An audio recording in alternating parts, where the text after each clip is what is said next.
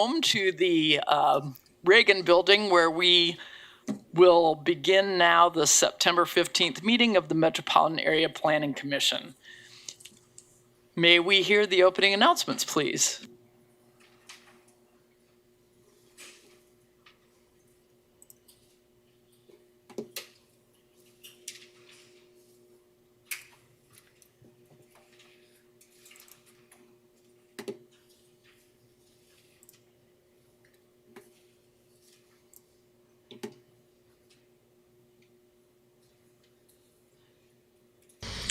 Before we begin the agenda, the Wichita-Sedgwick County Metropolitan Area Planning Commission and the Wichita-Sedgwick County Board of Zoning Appeals would like to take this opportunity to welcome everyone to this public hearing. For those in attendance, copies of the agenda for today's meeting, the public hearing procedure, and Planning Department staff reports on all agenda items are available in the lobby. The Planning Commission's and the BZA's bylaws limit the applicant on a zoning, subdivision, or variance application and his or her representatives to a total of 10 minutes of speaking time at the start of the hearing on that item, plus up to 2 minutes at the conclusion of that hearing. All other persons wishing to speak on agenda items are limited to 3 minutes per person. However, if they feel that it is needed and justified, the chairman may extend these times by up to 2 minutes. All speakers are requested to state his or her name and address for the record when beginning to speak. When you are finished speaking, please share your name, address, and the case number on the sheet provided in the room. This will enable staff to notify you if there are any additional proceedings concerning that item. All speakers at the podium, please remove your face mask before speaking into the microphone. Please note that all written and visual materials you present to the Commission and the Board will be retained by the Secretary as part of the official record. If you are not speaking, but you wish to be notified about future proceedings on a particular case, please provide your contact information to the Planning Department. The Planning Commission and the Board are interested in hearing the views of all persons who wish to express themselves on all the agenda items. However, we ask that all speakers please be as courteous and concise as possible and avoid long repetitions of facts or opinions which have already been stated. For your information, the Wichita City Council has adopted a policy for all city zoning items. A copy of this policy is available from the planning staff. The City Council relies on a written record of the Planning Commission hearings and does not conduct its own additional public hearings on these items. The decision of the BZA is final. Any appeal of a decision of the BZA is to the district court.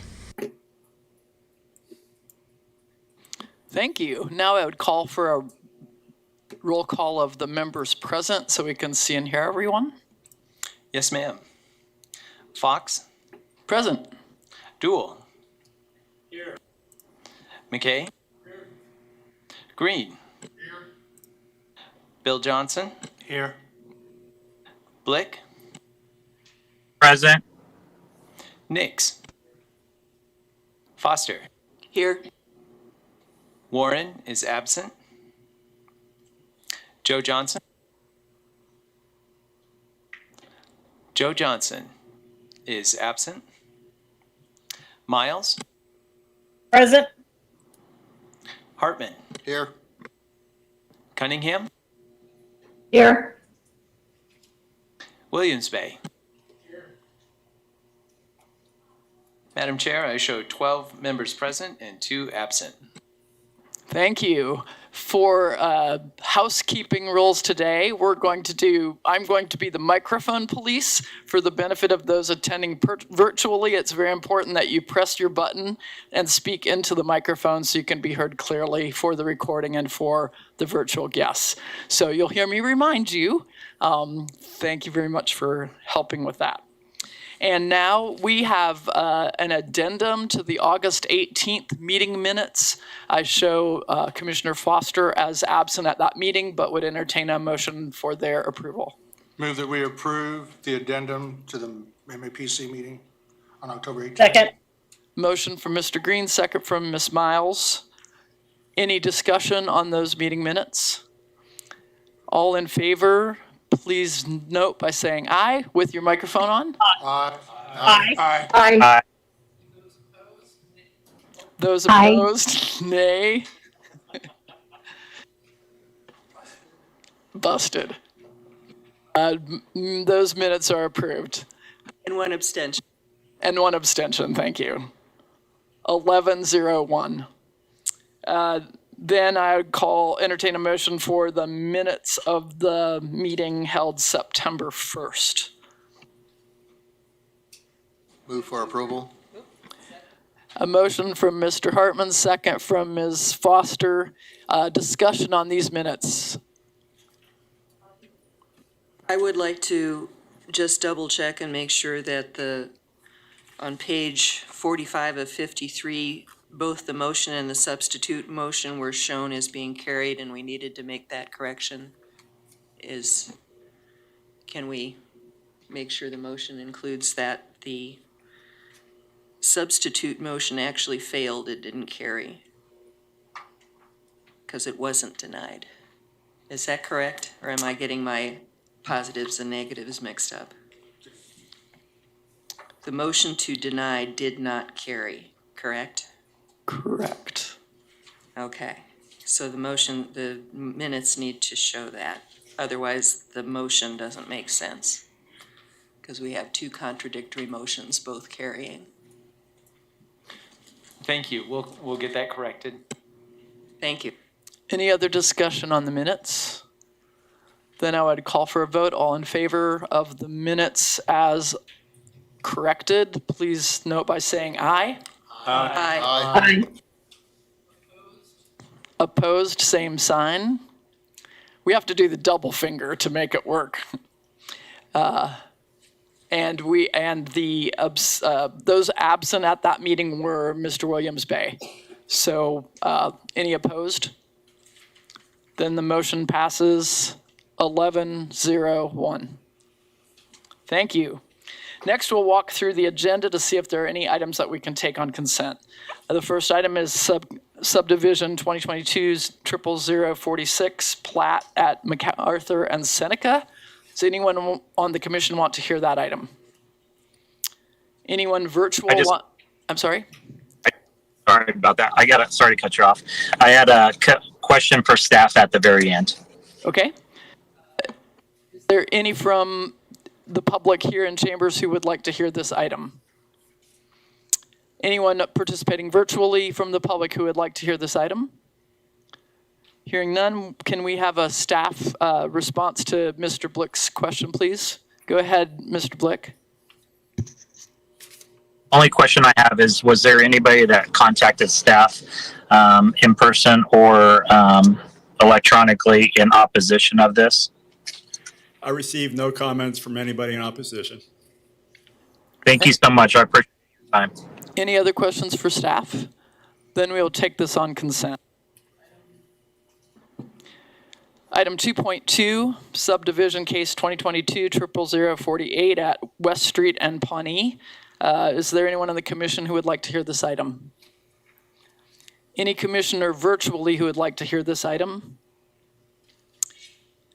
Any member of the public in chambers who would like to hear this item?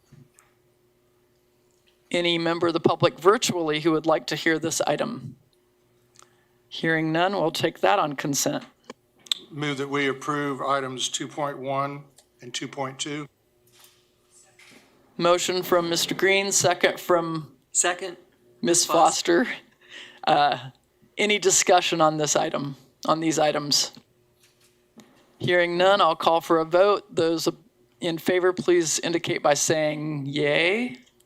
Yay. Yay.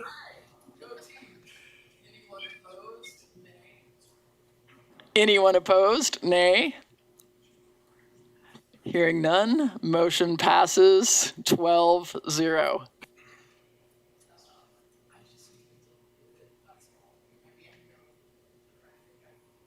Okay, we don't have any public hearing items for vacation. Moving to item 4, public hearings. Item 4.1, community unit plan, we will hear this item, and that's for the location at Douglas and Rock Road. Item 4.2, conditional use, case 2022-00031 near Broadway and Douglas. Is there anyone on the commission who would like to hear this item? Any commissioner virtually who would like to hear this item? Any member of the public in chambers who would like to hear this item? Anyone in the public virtually who would like to hear this item? We will take it on consent. Item 4.3, community unit plan, case 2022-00038 near 37th North and Woodlawn. Anybody on the commission who would like to hear this item? Okay. We will hear 4.3. Item 4.4, zoning case 2022-00042 near 135th West and 45th North. Anyone on the commission like to hear this item? Any commissioner virtually would like to hear this item? Anyone in chambers would like to hear this item? Any member of the public virtually, would you like to hear this item? Hearing none, we'll take 4.4 on consent. Item 4.5, zoning case 2022-00043 near 37th and North Rock Road. Does anyone on the commission like to hear this item? Any commissioner virtually would like to hear this item? Anyone from the public present who would like to hear this item? Anyone from the public virtually who would like to hear this item?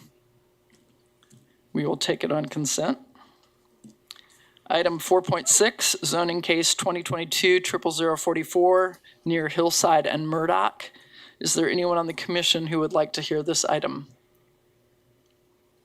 Okay, we will hear that item. I move that we approve items 4.3 and 4.6. No. Oh, sorry. Sorry. I move that we approve items 4.2, 4.4, and 4.5. Second. I have a motion from Mr. Green and a second from Ms. Foster. Any discussion on that motion? All in favor, please indicate by saying, yay! Aye. Yay. Any opposed? Nay. Item passes 12-0. We will move to public hearing item 4.1 near Douglas and Rock Road. Christina, welcome. Sorry, I caught you out the door. Madam Chair? Yes. Could you please inquire that, make sure we have the applicant or agent on the ones that we're hearing? I forgot again. I need to pay a quarter every time I forget to do that. I get 25 cents now. Okay. Go ahead, Christina. All right, good afternoon, everyone. Christina Reith, Associate Planner. The applicant is requesting amendment to the Kellogg Mall Community Unit Plan, CUP DP12, to permit an expanded number of uses such as tavern and drinking establishment, entertainment establishment, and/or event center in the city. All those may be considered nightclub in the city if there is provision of alcohol and entertainment. As described below, the provision of alcohol and entertainment are being restricted to ancillary to a restaurant, indoor entertainment facility, tavern and drinking establishment, and/or event center. The property in question is zoned LC Limited Commercial, and it's located at 7607, 7703 East Douglas Avenue. So the proposed amendment, as we can see on this aerial here, applies to two parcels within the community unit plan. Parcel 14 is on the left and is currently vacant, and the building on parcel 13 is developed with a restaurant. Currently, the CUP lists the following as permitted uses. For parcel 13, it is just a restaurant, and for parcel 14, it's a regional shopping center, offices, restaurants, and theaters per LC zoning. So this is the second time we're hearing this case. On July 21st, 2022, the MAPC considered this application and recommended approval subject to revised staff recommended language for the provision of outdoor and indoor entertainment. On August 8th, 2022, the District Advisory Board 2 considered this application and recommended approval based on staff recommended language. And after DAB 2, the applicant submitted revised language for the community unit plan that is different than what the DAB 2 and the MAPC recommended. On September 6th, the Wichita City Council considered this case and voted 7-0 to send the case back to us. The City Council wants the MAPC to consider the revised language submitted by the applicant post-DAB. So there's a couple numbers that they have in common. So ancillary uses are limited to being associated with a restaurant, tavern, and drinking establishment and/or event center. No single business shall have a capacity exceeding 570 persons. There's going to be security personnel. Parking for said ancillary uses is allowed by right. Recreation, entertainment, outdoor are not permitted. However, yard games are not considered to be recreation outdoor and are permitted uses. And the use of outdoor areas for yard games shall cease by 11 p.m. Sunday through Thursday and shall cease by 12 a.m. on Friday and Saturday.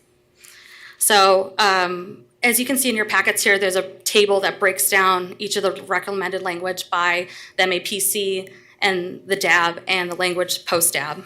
So what was recommended by the MAPC was that indoor and outdoor entertainment shall cease operation by 11 p.m. Sunday through Thursday and 12 a.m. on Friday and Saturday. And then the language approved by DAB 2 is that indoor and outdoor entertainment shall cease operation by 10 p.m. Sunday through Thursday, 12 a.m. on Friday and Saturday. And then the language submitted post-DAB is that outdoor entertainment shall cease operation by 10 p.m. Sunday through Thursday and 12 a.m. on Friday and Saturday. Based on the information available at the time that the report was prepared, staff recommends that the amendment to CUP DP 12 be approved subject to the development guidelines of the amended CUP and the following conditions. So the first condition is that the amendment shall only apply to parcels 13 and 14. The operation of outdoor entertainment provided by the establishment shall be limited to 10 p.m. Sunday through Thursday and 12 a.m. Friday and Saturday, after which all windows, doors, or other movable barriers between indoor and outdoor spaces shall be closed as to ensure entertainment is confined to the interior of the building. There's the hours of operation, all other requirements for the CUP, and then 4 revised copies of the CUP. I will now stand for questions. Question, Mr. Green?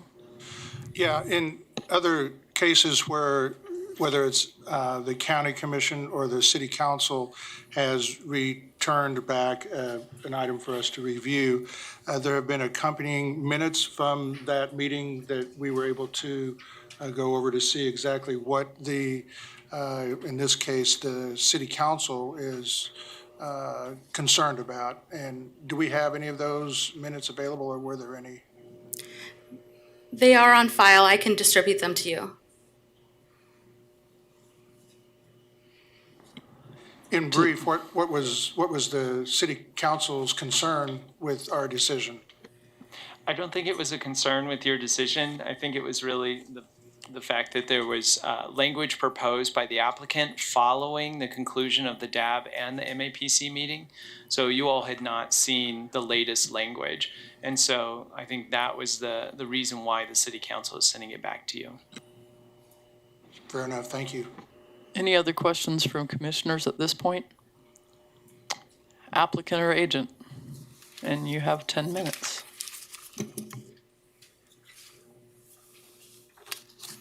Good afternoon, Brian Lindeback, MKEC Engineering, 411 North Webb Road, on behalf of the owner and applicant. Christina did a fantastic job.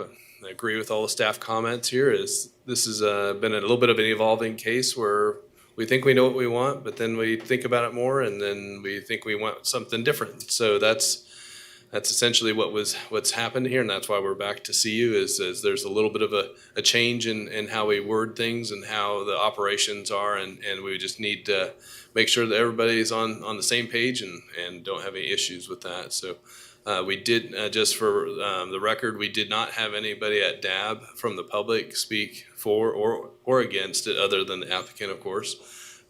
We spoke for it, and I think that would be good for you guys to know as well. Any questions for the applicant? So are you in agreement with all of the staff comments, including making sure things are closed up inside? Yes, and the hours of indoor operation would follow as per code Correct. for the entertainment establishment. Any other questions for the applicant? Do we have any members of the public present who would like to speak on this item?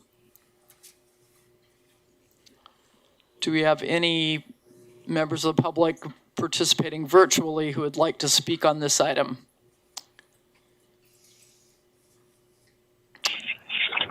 I would then bring it back to the commission. What's your pleasure? I got a Question? Yeah, I got a question for staff.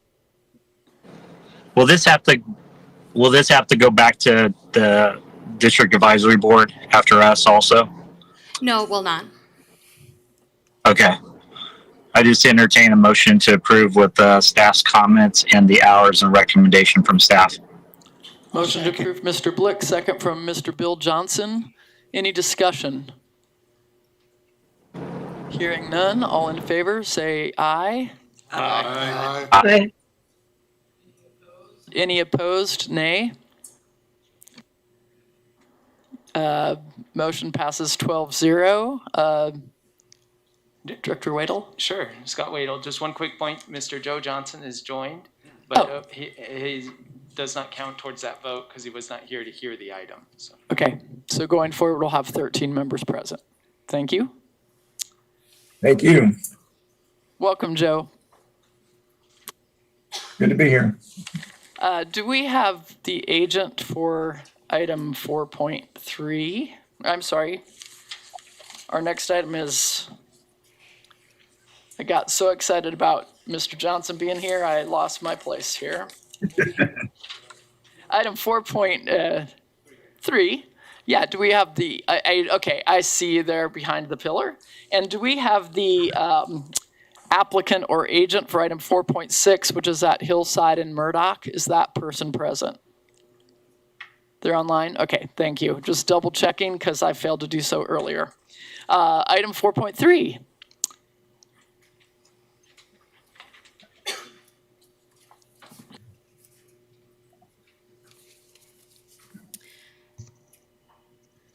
Good afternoon, Erin Buckfriend with the Planning Department. Item 4.3 is CUP 2022-00038,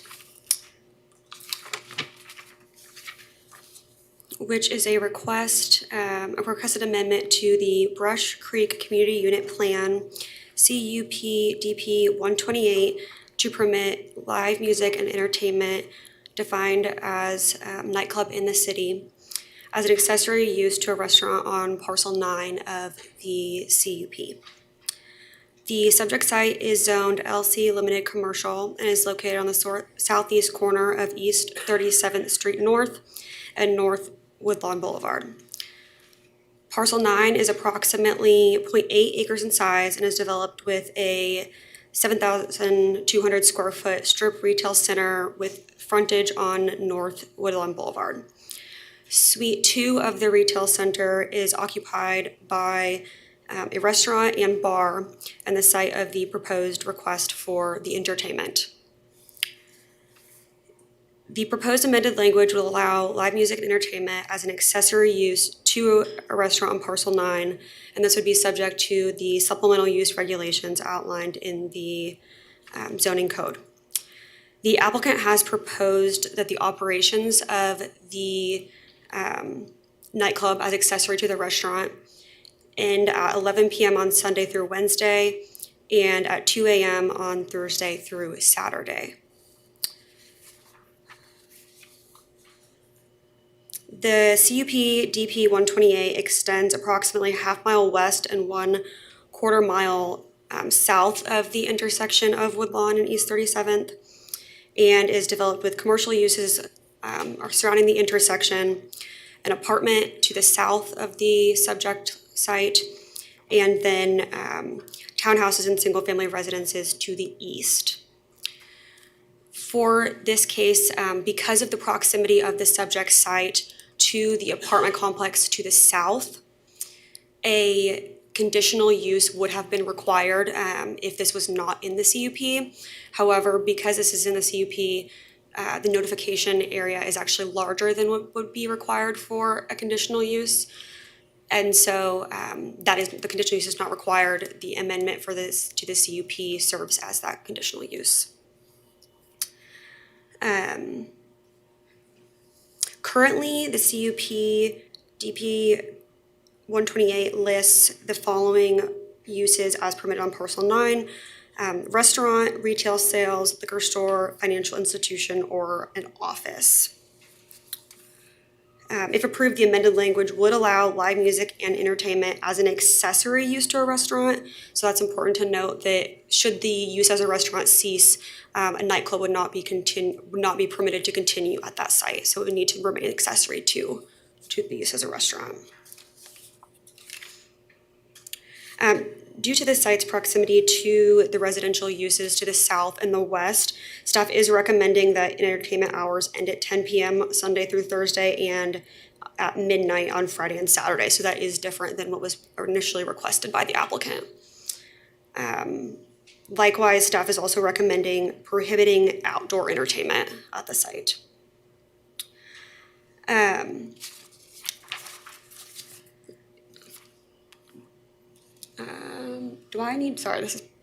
Can Tybin control the slides? Okay.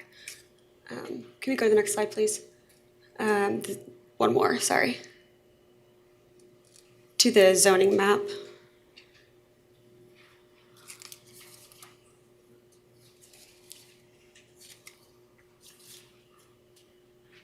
It's a little bit difficult to see in the red, but there is a large drainage reserve and creek that separate this strip development from the residential uses to the west. And additionally, and we can show in the subject photos in a moment, but there is existing screening in the form of trees and also a fence surrounding the parking lot of this site.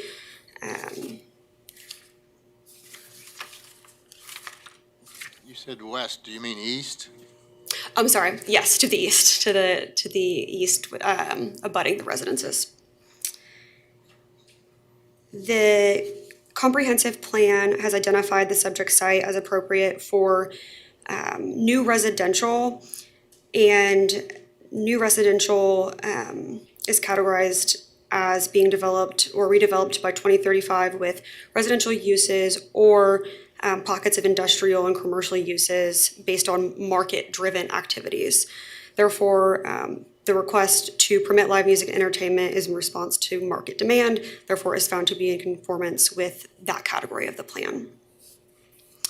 Additionally, the buffering provided by the large drainage reserve and the fencing and screening along the edge of the site would serve as a buffer between the residential development and the requested use, again in conformance with the comprehensive plan. Staff is recommending that the request to amend CUP DP 128 be approved, subject to the development guidelines of the amended CUP and the following conditions. The amended language regarding additional uses shall apply only to parcel 9. The hours of operation of the entertainment provided by the establishment shall be limited to 10 p.m. Sunday through Thursday and midnight Friday and Saturday. Outdoor entertainment as defined by city code shall be prohibited. All other requirements of the CUP remain in effect unless or until a separate action is approved. And then revised copies of the CU plan should be submitted to staff. If we could go to the site photos, please.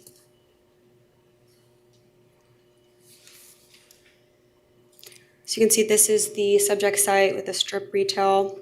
Next photo, please. Directly north of the site is the Walgreens that's right at that corner of 37th and Woodlawn. Next photo, please.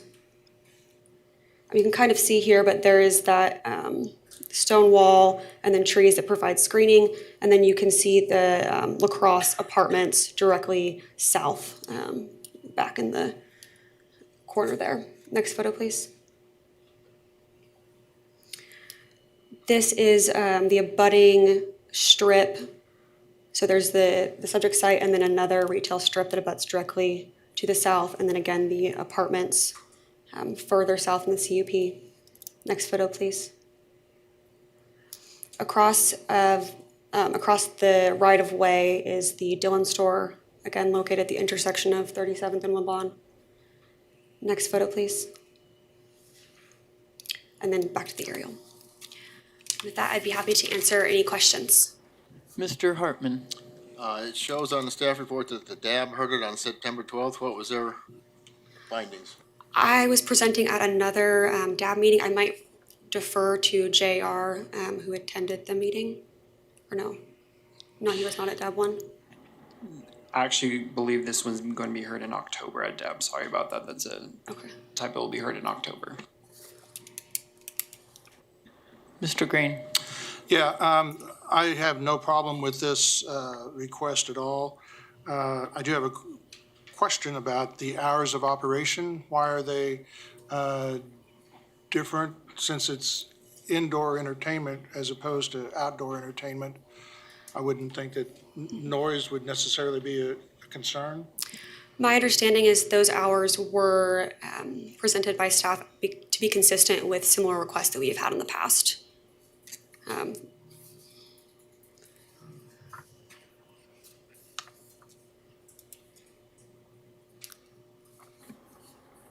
Other questions? So what are the regs for indoor entertainment, and what are the hours of operation? We're talking about 10 to midnight, making that a standard, but that's not really true, is it? I think you run it to 2 o'clock. We used to be able to run it to 2 o'clock. But is that for a bar or is that for a restaurant? Go ahead. I think there's two different issues that come up with that question. I think the first one is how long can an establishment be open, especially one that's serving alcohol? And that, as we heard on the prior case, is set by city code unless there's something in the zoning that is more restrictive. In terms of how long entertainment can go associated with the zoning, that is, I'll defer to Philip. What has our standard been? If it is not defined as a condition of approval, which are additional on top of what the city code, so that the conditions that are in this staff report of 10 to midnight are not set by the zoning code. That has been common practice of additional restrictions that staff has felt been reasonable to expect for establishments with entertainment. If it is not defined by the zoning case, then it would follow city code, which is the hours of operation for when the establishment can be open. So the way this is written, if it's approved with the hours of operation going to 10 p.m. on weekdays and midnight on Friday and Saturday, that's for the entertainment only. The establishment can be open past those, but the entertainment would have to be done by those hours of operation. Question, Mr. McKay? In our report, we talk about the barrier, between the apartments on the south.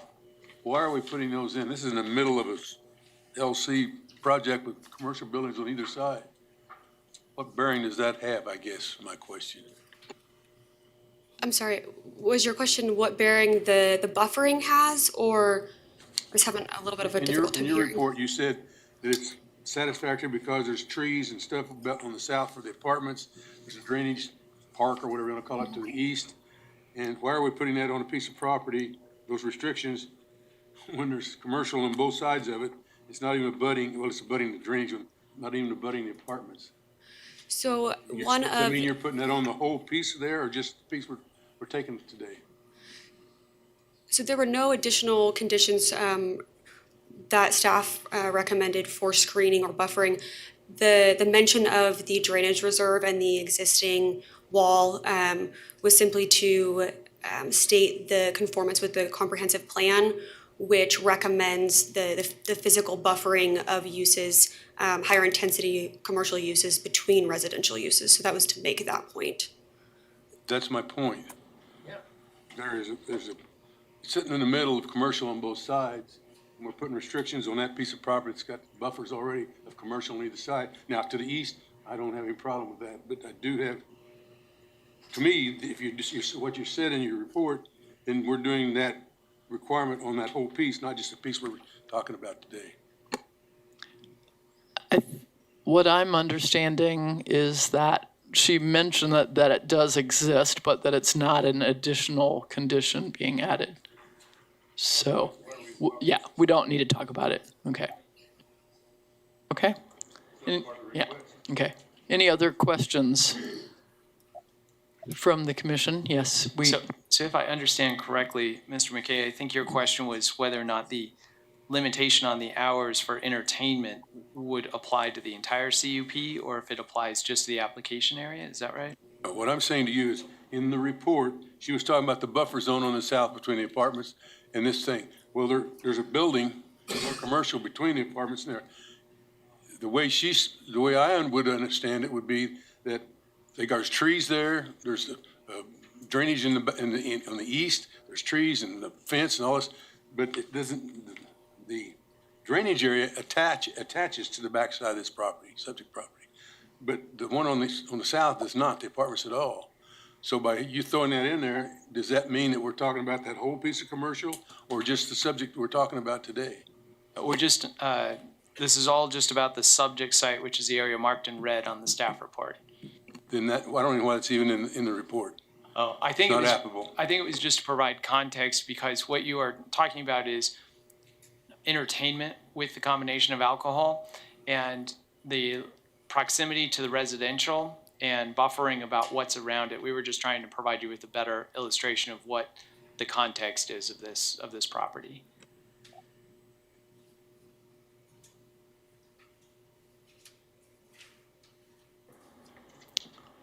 Okay. I'd like to move that we approve per staff. We haven't heard the applicant or agent. Applicant or agent, would you like to provide your comments, please? Please state your name and address. Afternoon, Phil Meyer with Boffman Company, agent for the applicant, 315 Ellis, 67211. The only thing we're going to ask today is out of the staff recommendations. We're in agreement with staff recommendations with one tweak. We'd like on item 2, the 10 p.m. be Sunday through Wednesday, and Thursday through Saturday, we're allowed to stay open until midnight. With that, I'll stand for any questions you may have. Questions for the agent from the commission? Mr. Green? Yes, sir. So you've decided that you don't want to be from 11 on Sunday through Wednesday and 2 p.m. on Thursday through Saturday, which is what the original request was in the staff report. So I think we're mixing and operate the business and the hours they can have the live entertainment. And so the live entertainment per staff recommendation would be Sunday through Thursday. We're done at 10 p.m. And Friday and Saturday, we can go till midnight. We're asking, can we go till midnight on Thursday also? And that's purely just the live entertainment. That's not the hours of the business. That's the only time a musician can be playing inside the facility. Okay, thank you. Any other questions for the agent? Do we have members of the public who would like to speak on this item? Who are present? Are there any members of the public participating virtually who would like to speak on this item? Hearing none, what's the pleasure of the commission?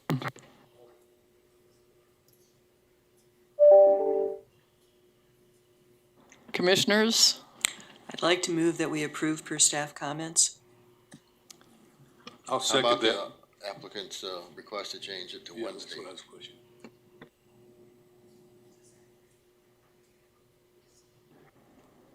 Including the applicant's request to change the hours to allow entertainment to 10 PM on Sunday through Wednesday and to midnight on Thursday through Saturday. I'll second.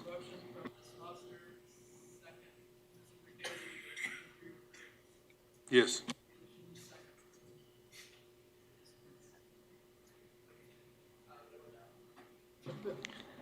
I have a motion and a second. Is there any discussion from the commission?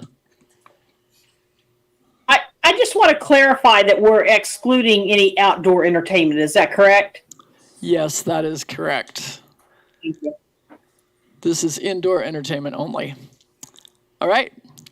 All in favor of the motion, please indicate by saying aye. Aye. Aye. Opposed, nay. Motion passes 13-0. Thank you. Case 4.6.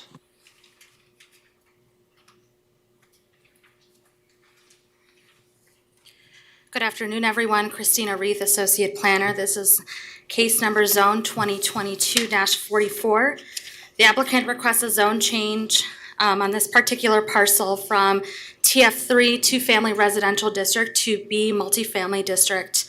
And the address that they gave us is 839 North Vassar, but it encompasses a couple other properties.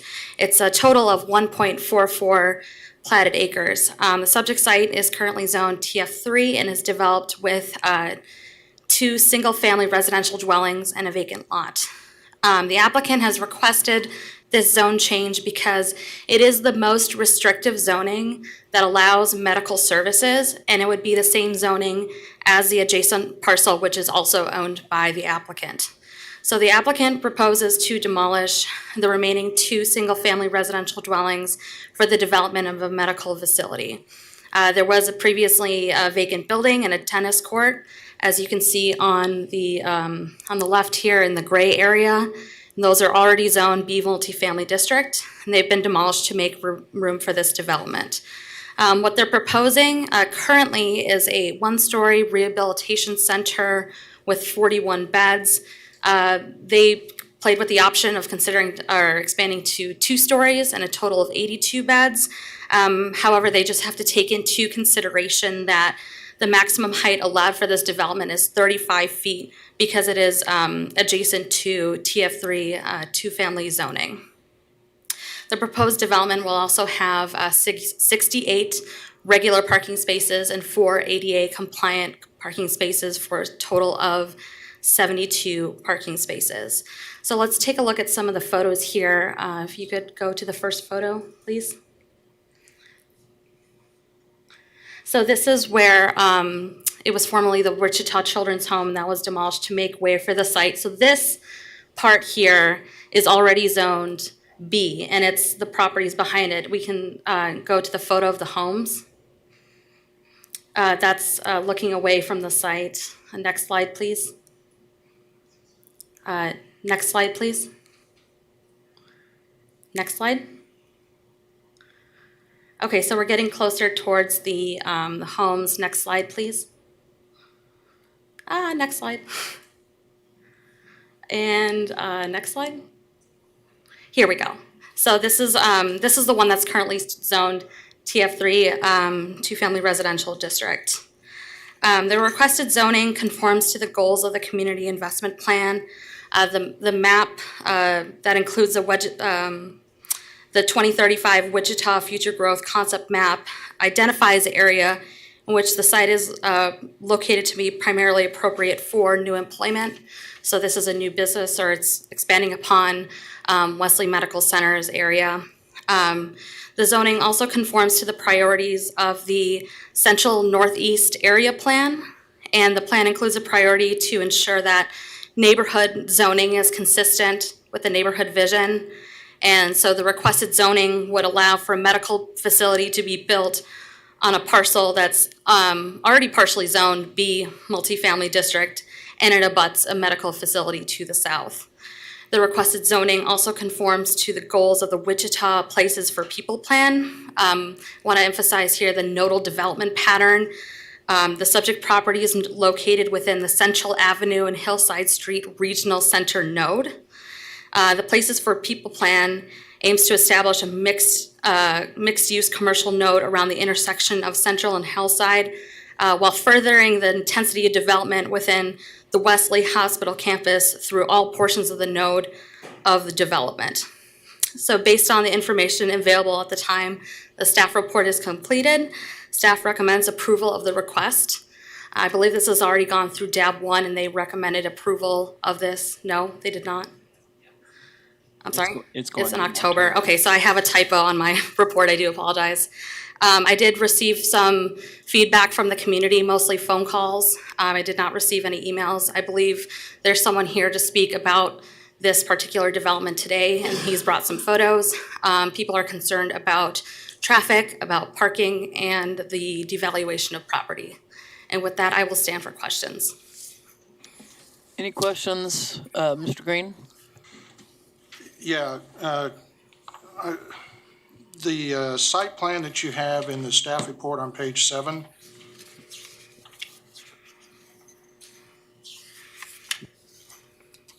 I guess, yeah, the aerial Yes. that you got with the red line around it. Mm-hmm. Is that accurate, the red line? It appears Yes. And we, it doesn't seem to be what you had shown up here on the screen.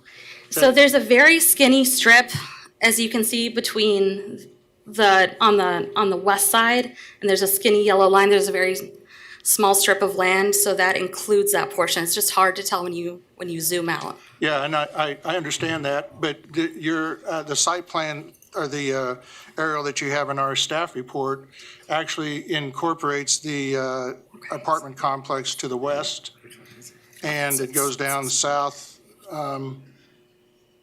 Okay, so this one. to the adjacent And so property to the The south. new copies weren't printed off then. Philip, can you give some clarity? Yeah, when the application was originally submitted, the maps were originally drawn for the entire property that the applicant owns. And then the legal description was updated just to include the portions of the property that are zoned TF3. The portion that was taken out, so the brown roof of what was the Wichita Children's Home is already zoned B and is not included in this application because it's already zoned B, which is what they need. The graphics have been updated to reflect just the area that is under consideration for rezoning, even though the applicant owns all of the property that is in your staff report. Our map shows a red line around it. Yeah, it That is shows, correct. Some of the property within this larger area is already zoned B. As you can see on the zoning map in your staff report, the graphics were updated to just include the property that is under consideration today that is only zone TF3. That is correct. What's on the screen is what is zone TF3 and under consideration today, as the rest of it is already zoned for this use. What's in your staff report was erroneously drawn showing just the entire property that the applicant owns. Thanks for that clarification. Anything else, Christina? Any other questions for Christina? Could we then have the applicant or agent, please? Hello, it's Ian Anderson, 5100 Tennessee Avenue. I'm with Catalyst Design Group and the authorized agent for Wesley Medical Center. Thank you, Christina, for your presentation. It was very concise. I don't have anything to add other than we would appreciate your approval on this case. Any questions from the commissioner at this time for the applicant or for the agent? Then I would call for public comment. Is there anyone present who would like to speak on this item? All right. Please take your turns, approach the podium, state your name and address. You're so polite, go right ahead. We'll start with the north side of the building first. And state your name and address and you'll have 3 minutes. I'm Leo Yokums at 917 North Yale. Could we have that slide showing the red line and the yellow properties that were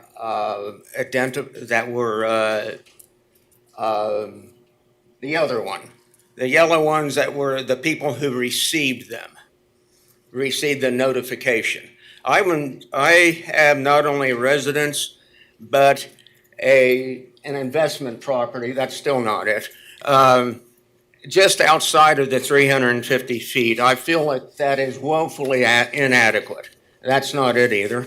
I'm fourth generation Wichitan, and I have several questions for the decision makers before I go on.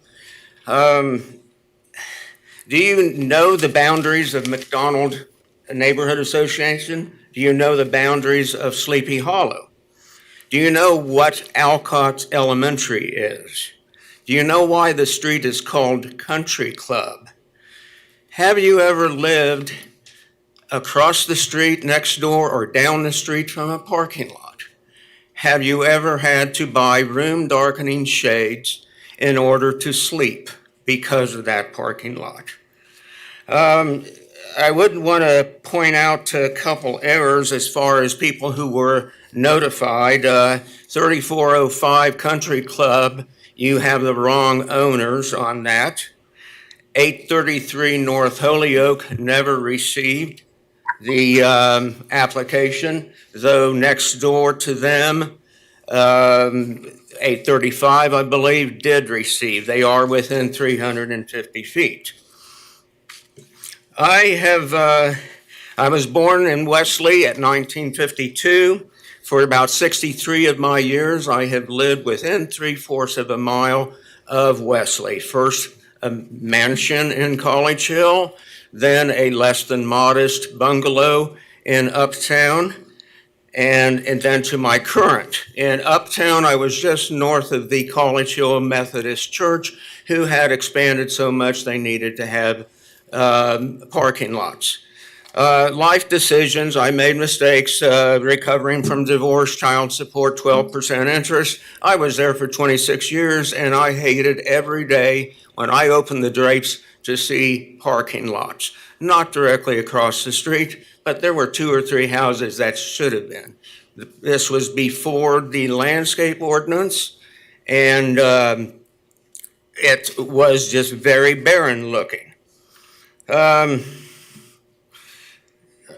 You have 15 seconds left. Well, Can you I'm not. complete your thoughts in that period of time, or would another I minute? thought I was concise, but I've had very little time to develop this, and I have a whole lot more to discuss. Okay.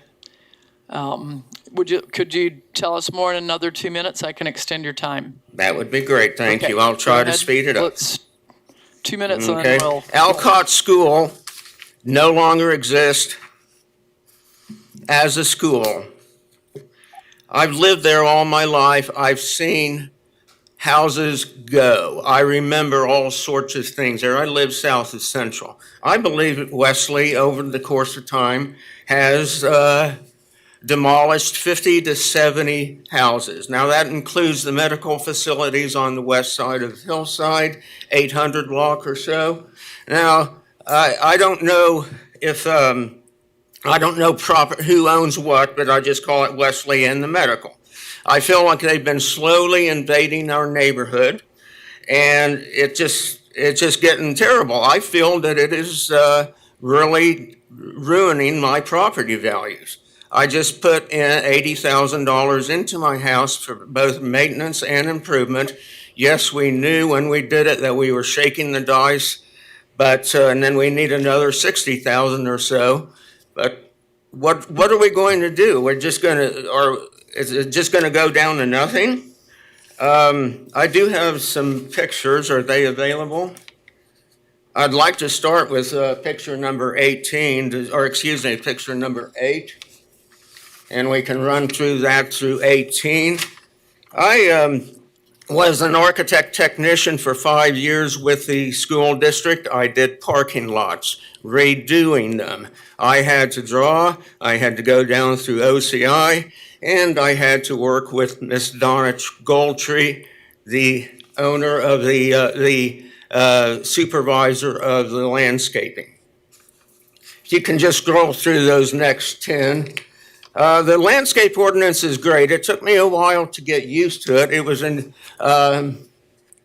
stop at 18 if you would, but We do have 8 it's seconds, so I'll need you to very wrap it up dependent now. on maintenance. Yes, you can make them put it in there, but these show horrible examples and Mr. not. Yocums, thank you. Your time is Thank you. up now, and I do appreciate your input and the photos. Thank you.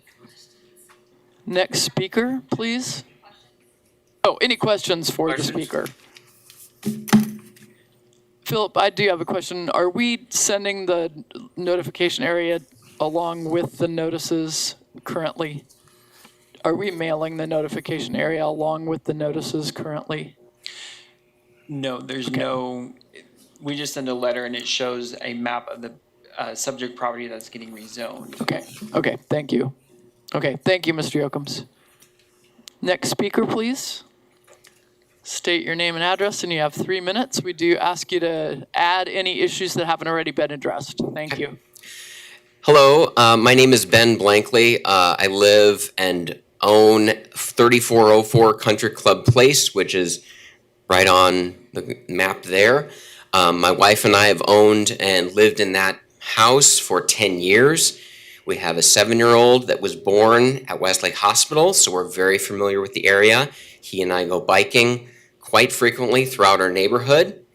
I'm also an appointed member of the District 1 Advisory Board, so I will be seeing this again in October. My chief concern about this development property is the lack of communication from the applicant. The neighborhood has had to scramble in the last 2 weeks to find information about the zoning case, what they were planning, what was going in there, what was happening, what could we do to modify the existing plan. It's been horrifying. It's been really, really stressful for all of us. And we all have full-time jobs. We all have, families and everything to try to keep up with this. There's only a few of us here because this meeting is in the middle of the day. So the process itself is frustrating, especially, being right there on that map and being affected so intimately by redevelopment. They knocked the building down in April and we heard nothing. They've owned it for 4 years. We heard nothing. They haven't done anything to actually tell us, and we've had to pull and communicate with anyone who could possibly give us a shred of information to figure out what was going on. And we're still in the dark about what kind of a facility is this going to be? Is this going to be just like the Associates in Women's Health that is mostly building and parking lot and a few trees and a chain link fence that's fallen apart that's right south of this applicant's zoning case? Because that's what I suspect is going to happen unless we change something, unless something changes from just a straight up multifamily B across the whole area. I suspect that they're going to do the cheapest possible plan, and that's going to look exactly like the facility just south of there. Thank you. Any questions for the speaker? I have a question. Where is your home in relationship to the site? So the site is here, our home is here. Thank you. Next speaker, please.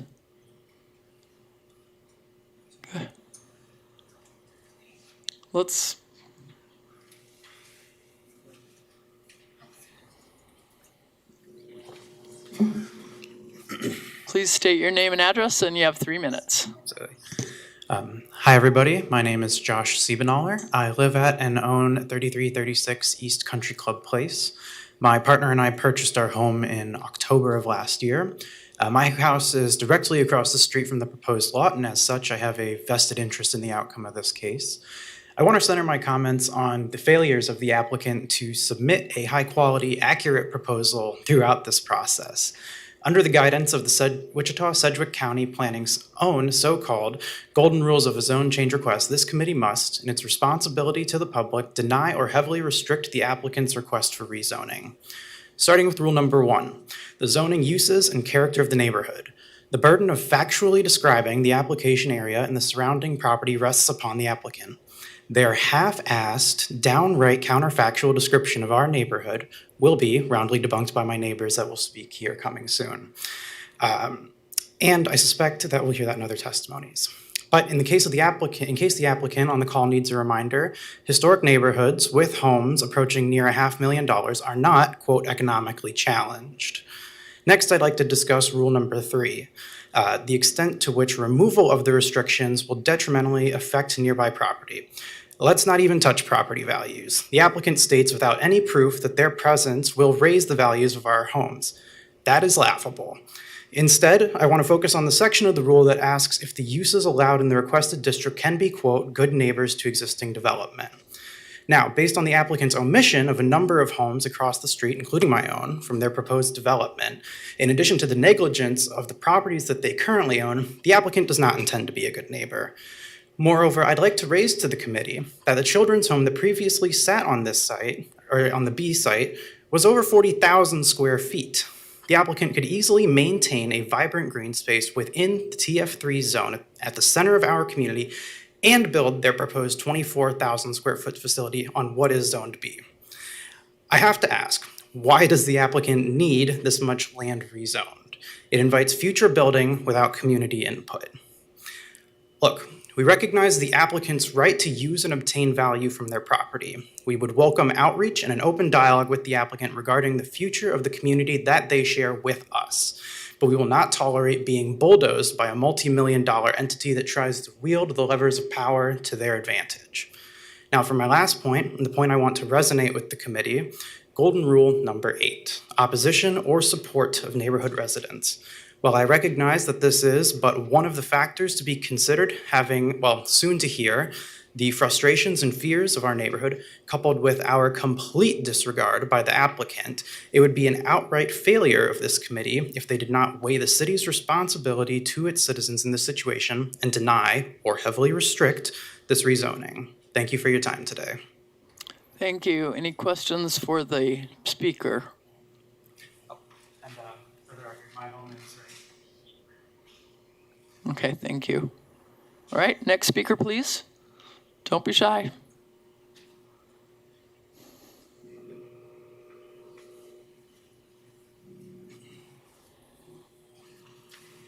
Hello, my name is Teresa Cooper, and I have lived at 3318 Country Club for over 30 years.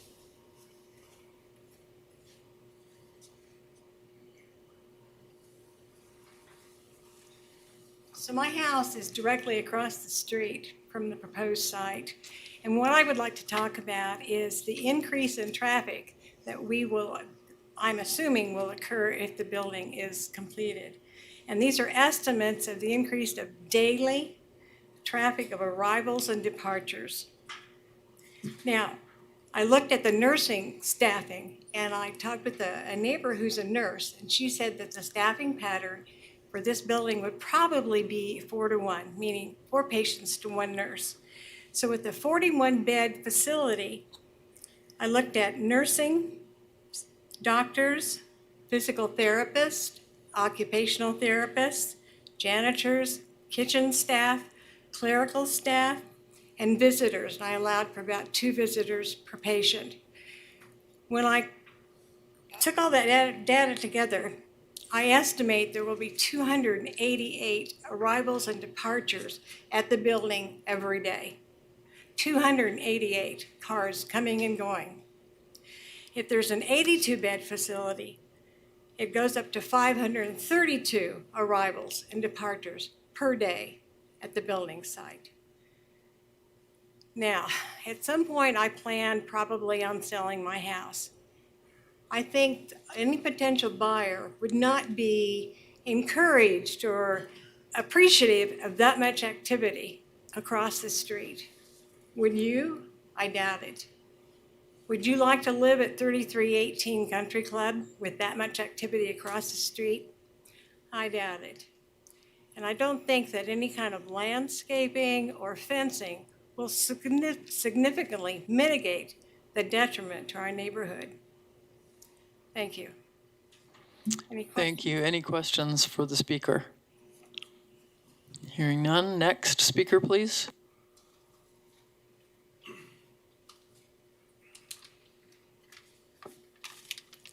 Good afternoon. My name is Michael McKenzie. I live at 3330 Country Club Place. I'm right there.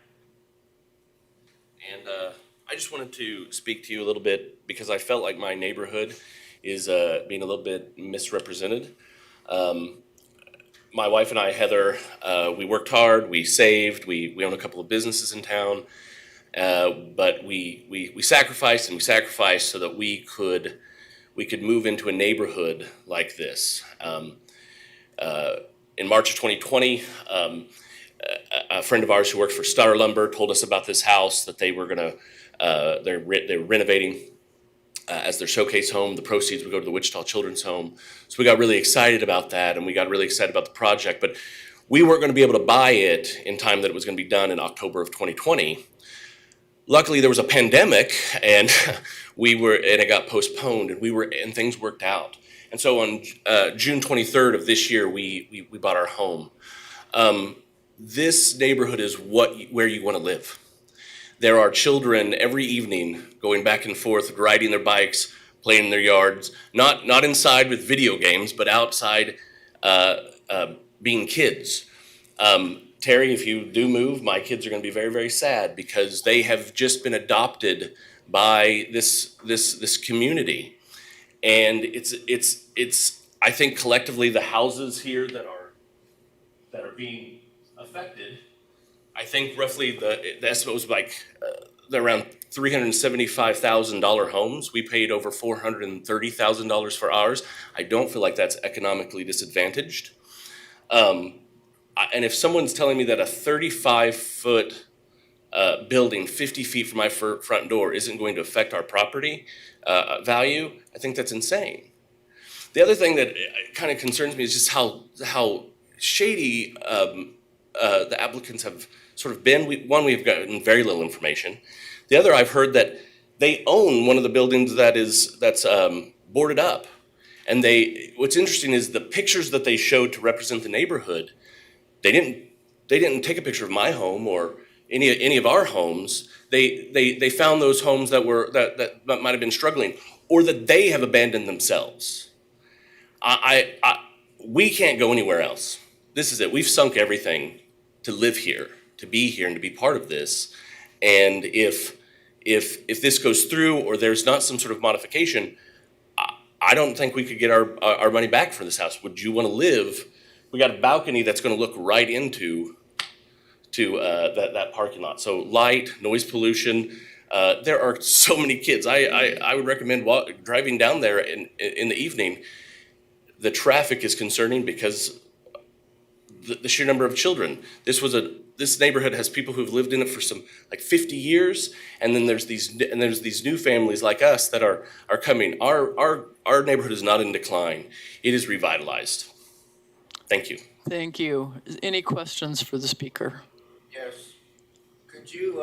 I'm sorry, questions are from the commission only. I'm sorry. Thank you. All right. Thank you very much for your testimony. Other speakers present?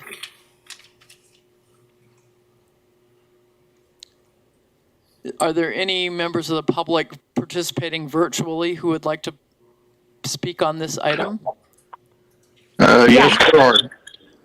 Can you state your name and address for the record, please? Okay, can you hear me okay? Yes. Okay. David Rogers, me and my wife Sandy, we live at 3343 Country Club Place. Thank you. And my wife is attending virtually too, but she cannot get on the app. So she just forwarded me her notes that she was going to read. So I'm going to switch over and get her notes so I can read them. Is that all right? Sure.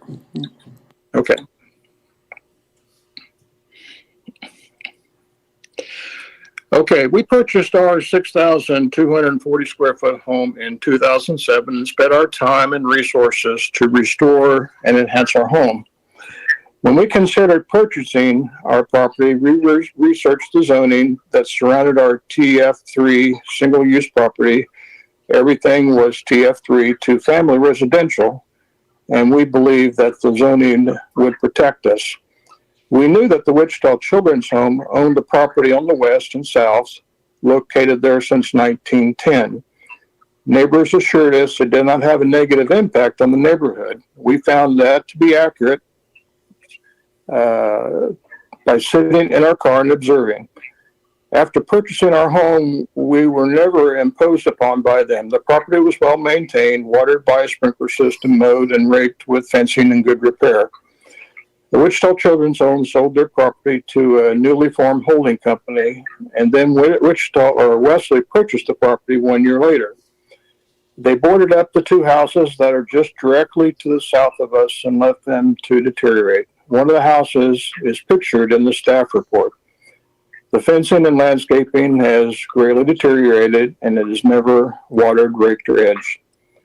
The staff report states the Places for People plan defines areas of opportunity as those areas that generally exhibit economic challenges, a disconnected development pattern, and a lack of walkable places and facilities. These areas need strategic investment, both public and private, to assist in redefining and redeveloping the area. We do not need to be redefined or redeveloped. Neighbors walk with their children and pets, play in their yards, ride their bikes. A walk takes a while because we stop to chat. We can easily walk to businesses in the central and hillside area, as well as walking the nature trail that traverses our neighborhood. The three properties across the street north of the subject property, they recently sold in June, last December, and then less than 2 years ago. Our four homes that are most affected by this proposed zoning have an average value of $377,750. I will have used Zillow as a basis for fair market value and have added the home values of all the 35 homes that have been notified. I did not include Alcott Place or Cypress and the two boarded up homes on the property. The average value of these 35 homes is $199,942. We strongly submit to the MAPC that our neighborhood does not have economic challenges and has not been accurately represented in the staff report. The only challenge the McDonald neighborhood has is the MAPC allowing a zoning change for the subject property located in the neighborhood. Okay. We acknowledge owners have the right to build as it is currently zoned. I have about 30 seconds. However, we show that your time is complete at 3 minutes. If you have 30 seconds, can you wrap it up for us, please? yes, I can. However, expanding the zoning will not be an asset to any of these property owners here. If anything is built larger than the current zoning allows, you'll have caused great financial damage to all the individual property owners because of the increase in traffic, noise, light, and crime. This would not help our neighborhood of 202 households in any way, and therefore does not meet the criteria that's defined in the staff report. We ask that you do not approve zoning that will directly impact all of us who made our greatest investments in our homes and our cozy neighborhood. We respectfully submit that the property be developed as the current zoning allows.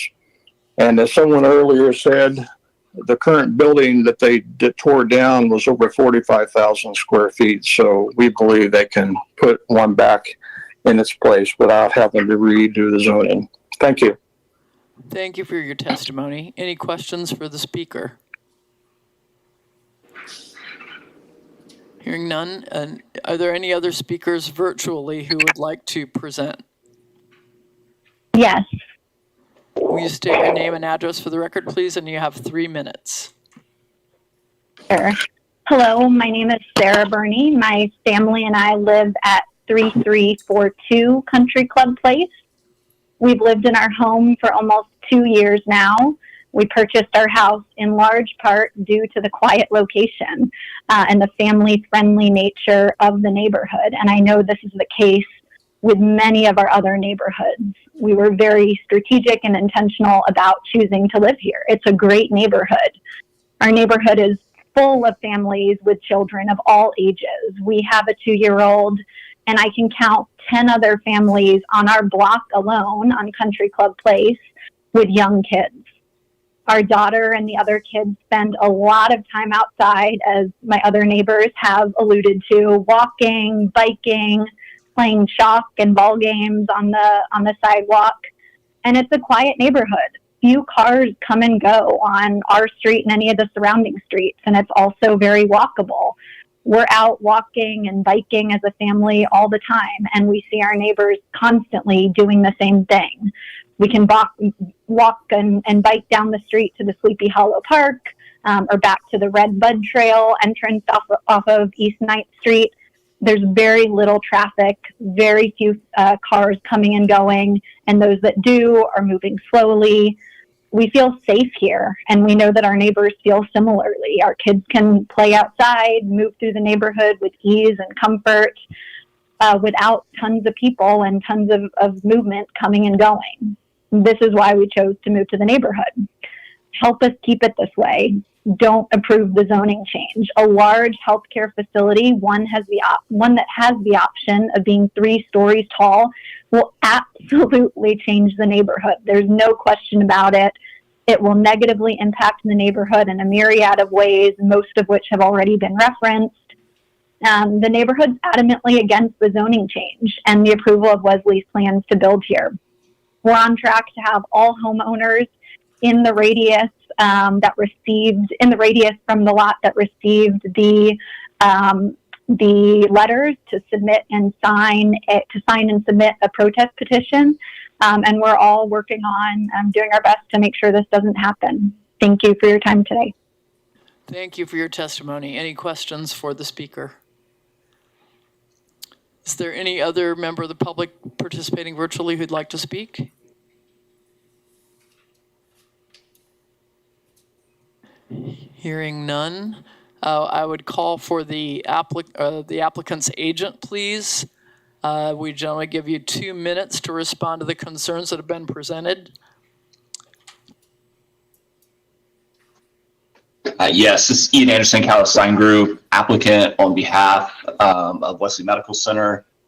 Just want to say that this is going to be a very nice facility.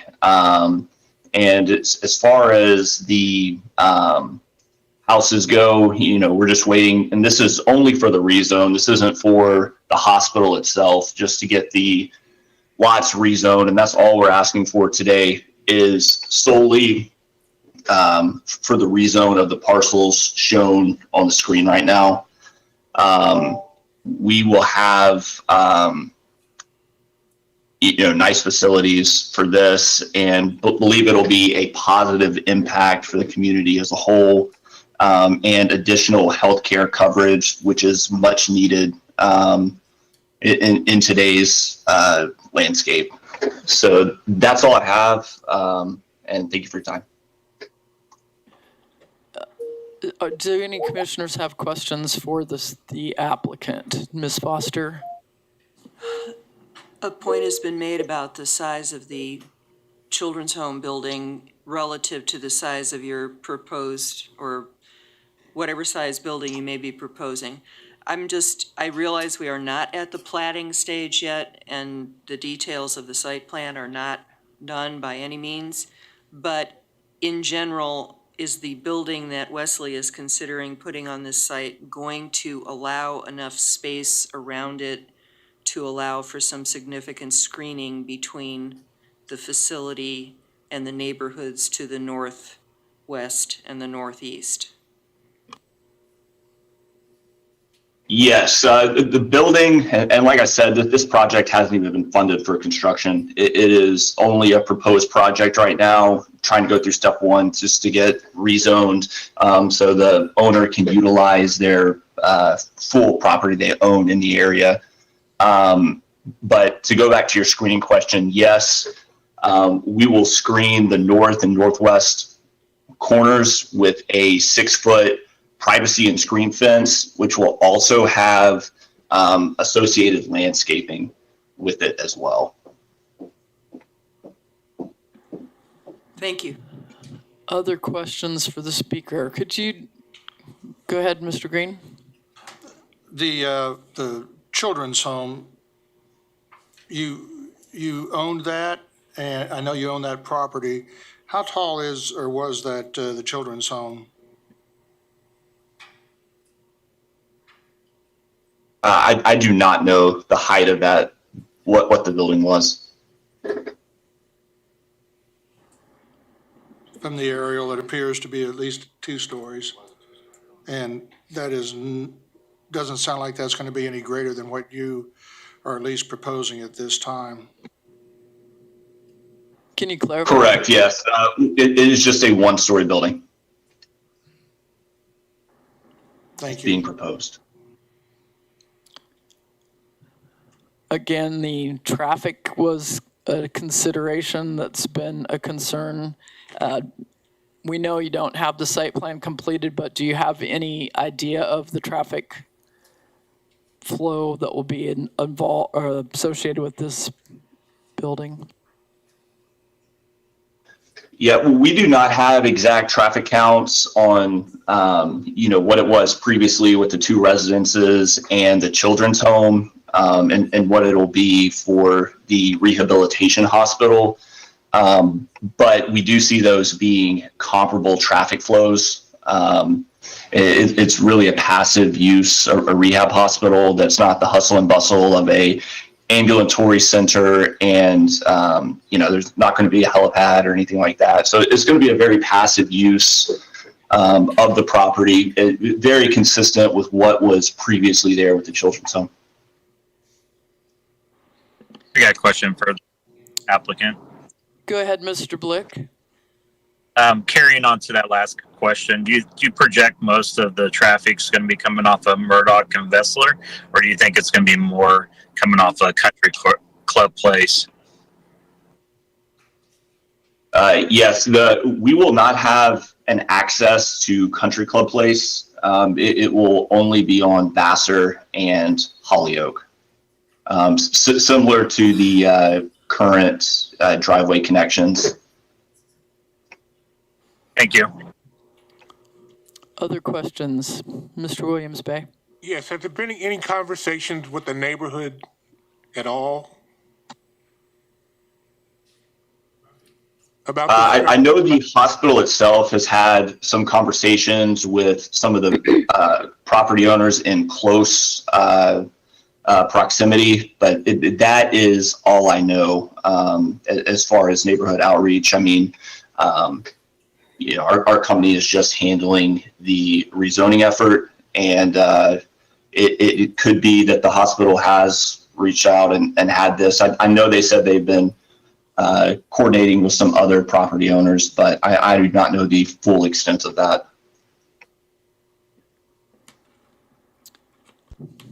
Other questions?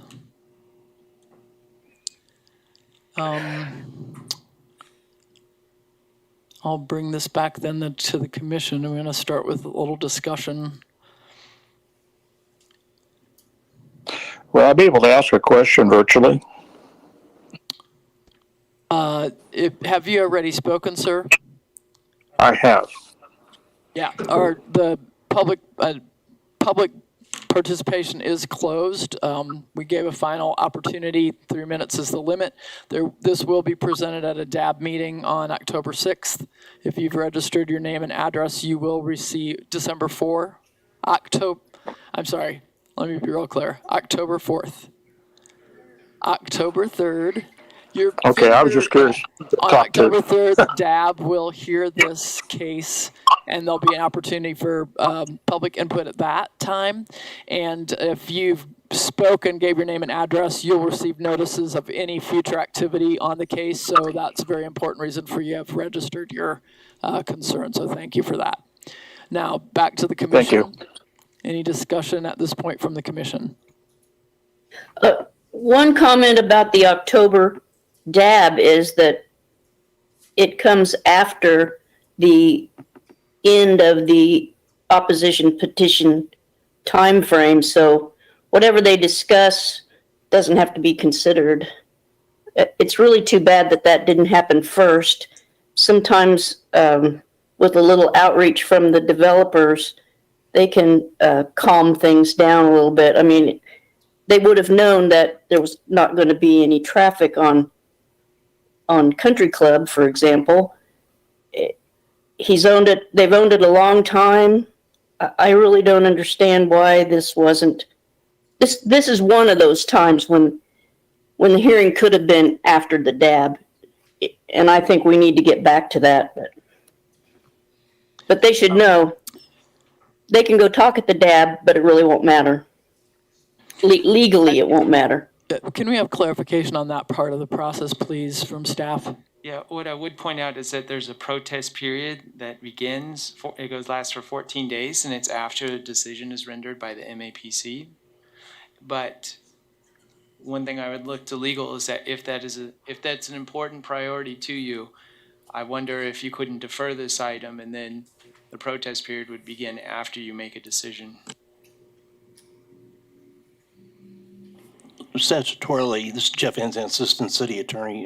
Statutorily, the protest period is 14 days, but it commences the day after the day of the decision of the MAPC of the public hearing. So it would, tomorrow morning is the start of the 14-day running period. If a decision is made by the MAPC.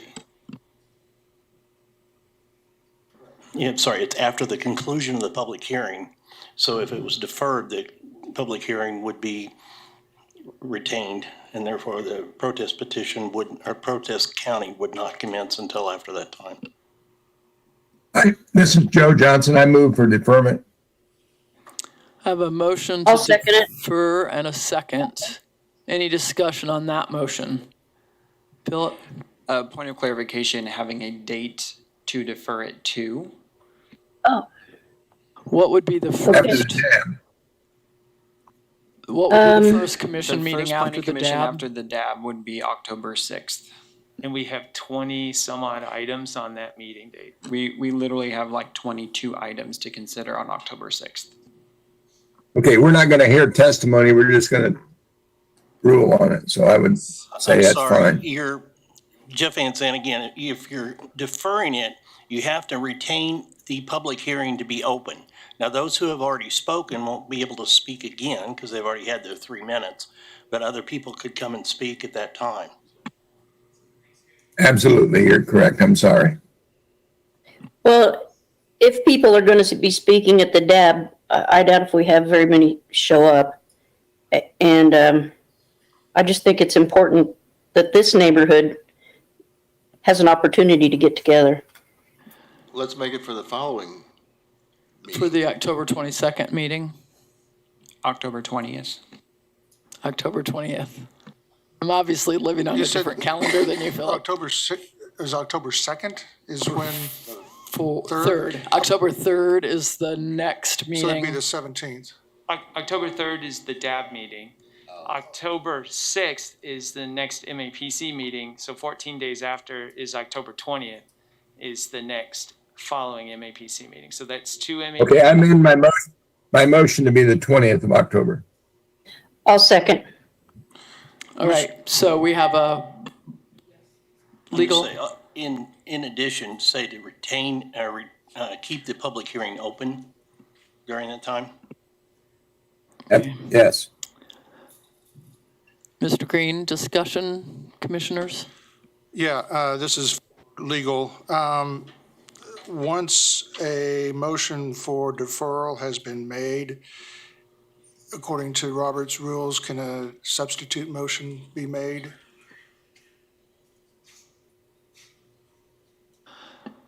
I don't know of any reason it can't.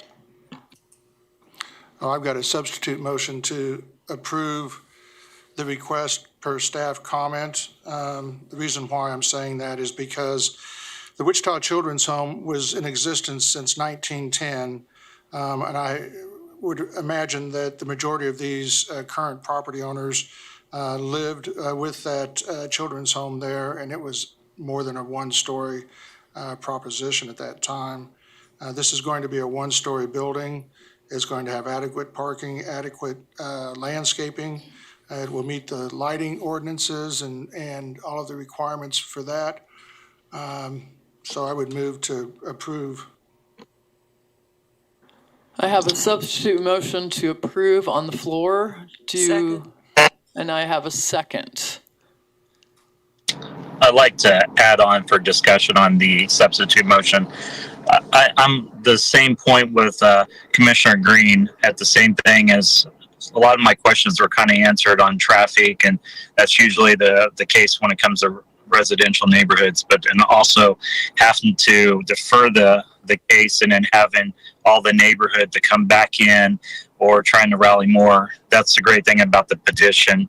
The 14 days is they can rally together and get their petitions. That's the reason why I support the motion for the substitute. Okay, I have a motion. I have additional discussion. Discussion. Go ahead. The substitute motion is predicated on an assumption that most of the people live there when the children's home was there, and we heard testimony from a young man who has a family that moved in that said that others were doing the same and that it was becoming revitalized. And I think the purpose of the DAB is to allow the developers to have a face-to-face and dissuade these fears, and to listen to the public. And I think it's a disservice to cut that part of the process out. And they've had this plan in place for years, and I don't think another month is going to make that much difference. Other discussion? Can I ask the agent whether another month will make a difference? Yes, Ian Anderson, Catalyst Design Group. We are on a very tight time frame as far as approval goes, and we are pushing to get the houses and vacant lot in better repair. So the sooner we can get started on that, the better the neighborhood would look in general.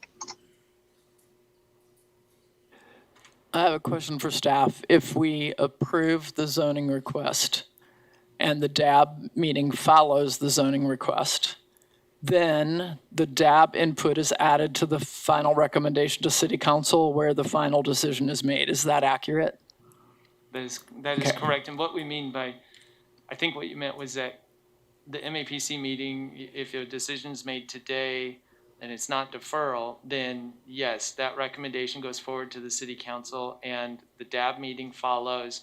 Their recommendation goes forward to the City Council as well. And then there's also the protest period, and we see how many protests come in, calculate that towards the protest area, and that information all goes together in the staff report to the City Council.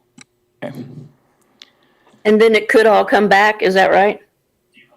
Yes, it could come The back City to us. Council could send it back and we start all over again. It can come back. In terms of starting all over, it would not restart the protest period. It would simply go back to those organizations to which the City Council sends it. So we've seen cases where they've sent it back to the Planning Commission.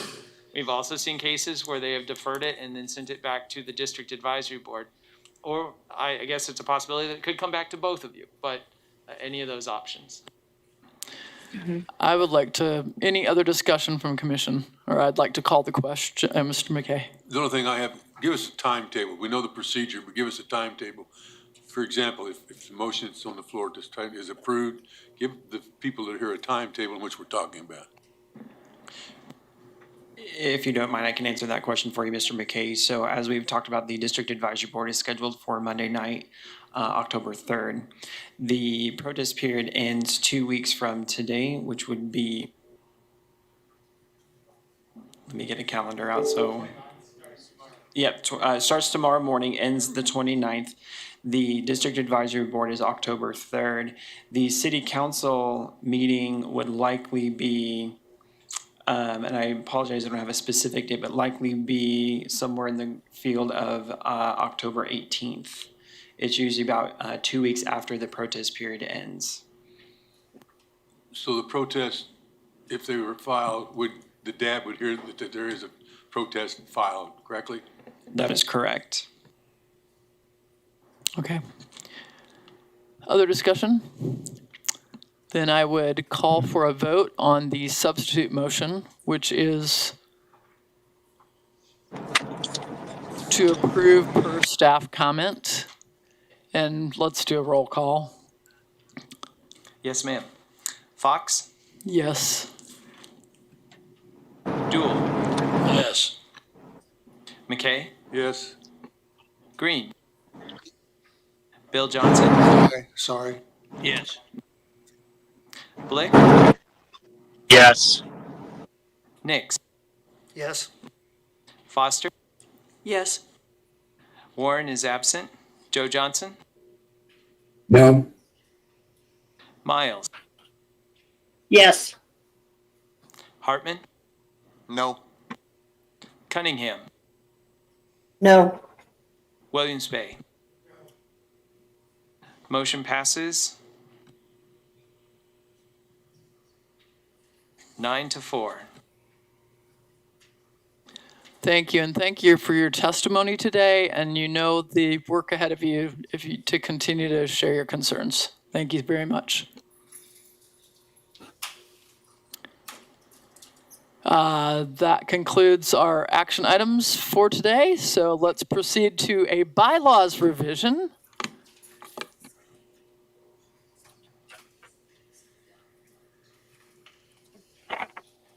And note that Mr. Hicks needs to exit the meeting at this point. Mr. Nix, anybody who lives in Mays gets the Hick name every now and then, right? No? Yes. And then I'll take this. Goodbye, Mr. Nix.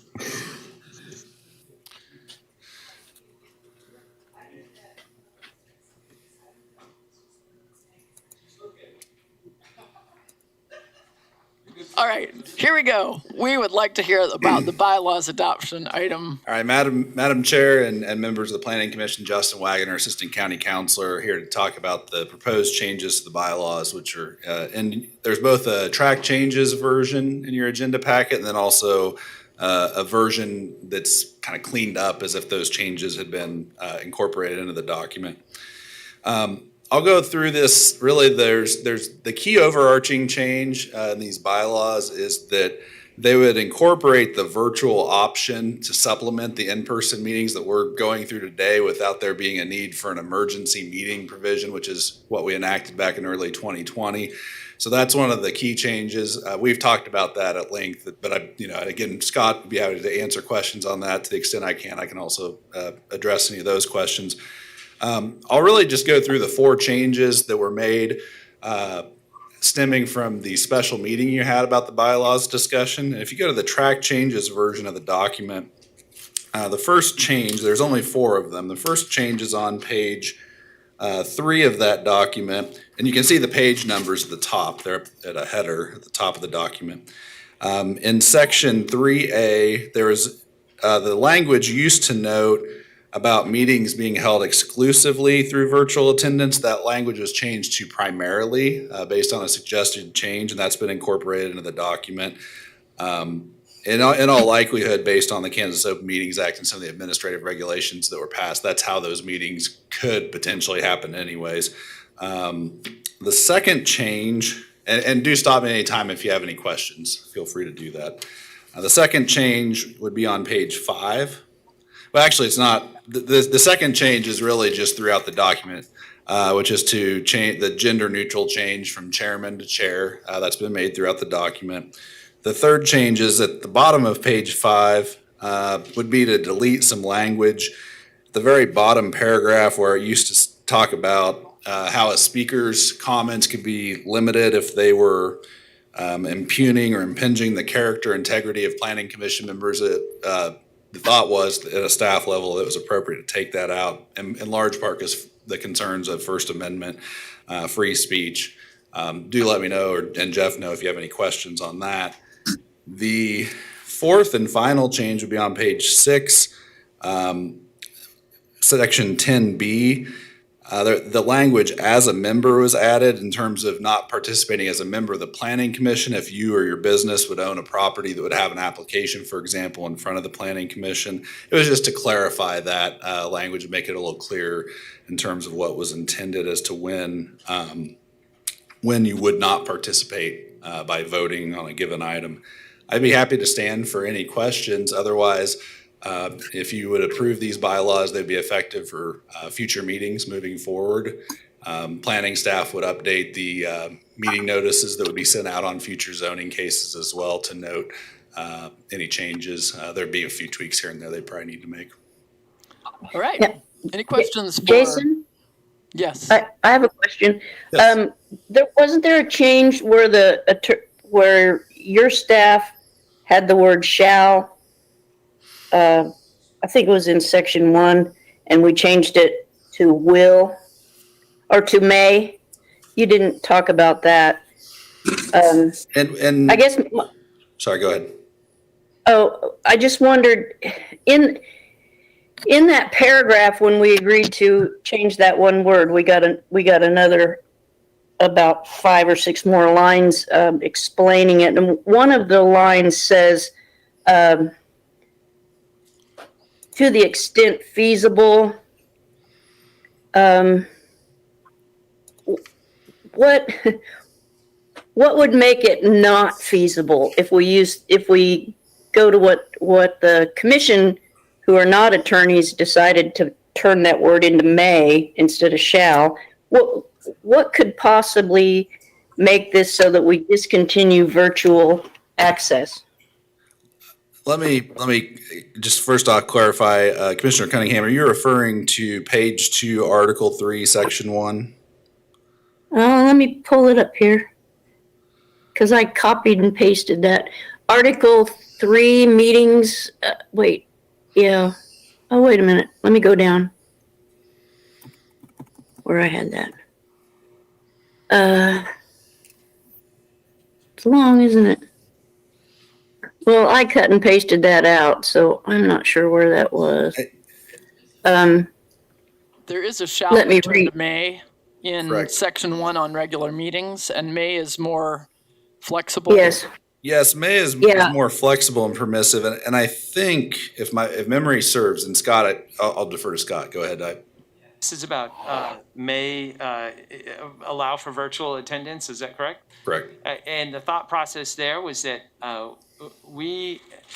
right now we're having to use emergency procedures in order to provide the virtual option. So by codifying it this way in the bylaws, it allows you to have virtual participation whenever you choose to, but it doesn't force you to do it, because we know that has been an ongoing conversation. And so we wanted to at least get the bylaws updated so that we could take emergency meeting off of the notice, provide you the flexibility to use it. And that's why it ended up being "may" instead of "shall."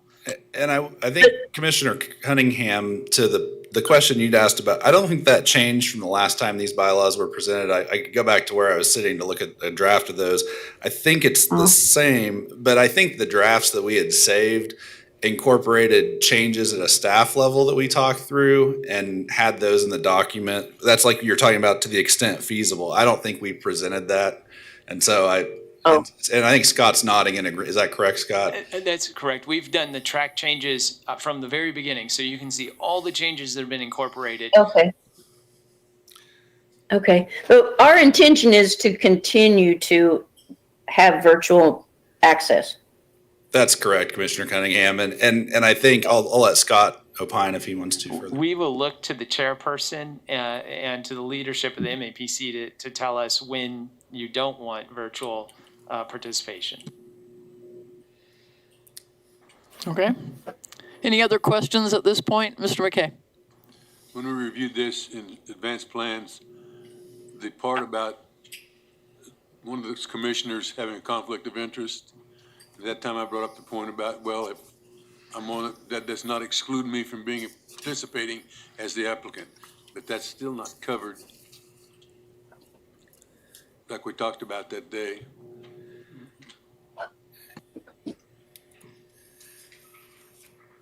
And Commissioner McKay in particular, I do remember it coming up, but I think you can participate as the applicant if it's, but what specifically were you asking about on that, Commissioner? Just what you got through saying. Okay. I have a plat I'm bringing before here, or zone change or whatever it might be, so I have to, my organization, I have to exclude myself. Okay, and The way it is now, that doesn't give me the right to participate as the applicant. Section 10. On section 10, number A, doesn't that change it? Members shall not assist or represent applicants on zoning subdivision of various vacation applications unless the member or a business or other entity in which the member has an ownership interest is the applicant. Members may appear and speak before the commission under the provisions of subsection B, which says a member shall not participate or vote on an issue before the commission if they have a substantial interest. So then that just talks about your voting. Is that correct? Am I interpreting that correctly? Yeah, B is talking about the voting on the issue. Right. So if you are an owner, it does specifically say if the member's an owner. Okay. I believe it is covered by the changes on demonstrated on page 6 of the edited version. Okay. Do you trust me? Okay. There's a cow in the meeting. Okay. Other questions? Or did you have something to add to that, Scott? I was just going to say, with the language you read off, it's on page 6. If you look at B at the top, and then number 5 covers that. That you need to no member shall participate or vote on an issue before the commission if, and number 5 is the member has an ownership interest or business in a business or entity that is an applicant. It says shall not participate as a member or vote on an issue before the commission if, and number 5 is of that list, the member has an ownership interest in a business or other entity that is an applicant.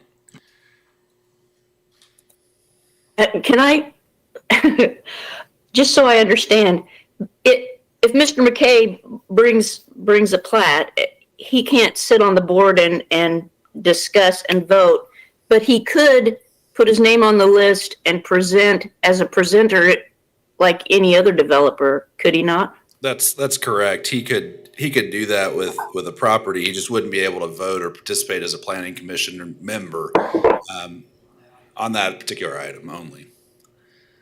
Okay. Okay. Any other questions? Hearing none, I'd entertain a motion to accept the bylaws. And is there anything else we need to include? We accept the bylaws. Second. Joe. Second. Motion from Joe Johnson to approve the bylaws, a second from Mr. Green. Okay, and I guess, I suppose something to mention, Madam Chair, is that there's a requirement in the bylaws that we have to have a 2/3 majority vote to amend the bylaws. Right. So I believe that requires at least 10 votes. Majority of the members present? It's of the, I believe it's of the entire, it says a 2/3 majority vote thereof. I don't. So we have the entire, we've lost Mr. Nix and Mr. Warren's not present. So we have. We've got 2/3 still Present. here to, if it's unanimous. Okay, so if the vote was unanimous with 2/3, we would meet the bylaw requirement for a change of bylaws. Let's do a. Do we need to acknowledge that there is the 2/3 here to make it vote right for the record? 2/3 of our membership are present. Yeah, if you do a roll call. So we do, and then we'll do a roll call vote to demonstrate the number. So any other discussion on the motion before we call for the vote? Seeing no nods, let's begin the roll call vote. Yes, ma'am. Fox? Yay. Nay. Aye. Yes. Well, mark that as, we will mark. We'll mark that as a duel. I'm confused, yes. McKay, Yes. Green. Bill Johnson, Yes. Blick, Why, yes, yes. Nix is absent. Foster, Aye. Warren is absent. Joe Johnson, Yes. Miles, Aye. Hartman, Yes. Cunningham, Yes. Williams Bay. I show 12 have voted for it, for the motion. Motion passes. No. Thank you. Thank you. There being no additional business items, I call this meeting adjourned and rest up for the next meeting, which will have many, many items for consideration. And if there's anybody who needs a parking This pass conference is no stamped, longer being recorded.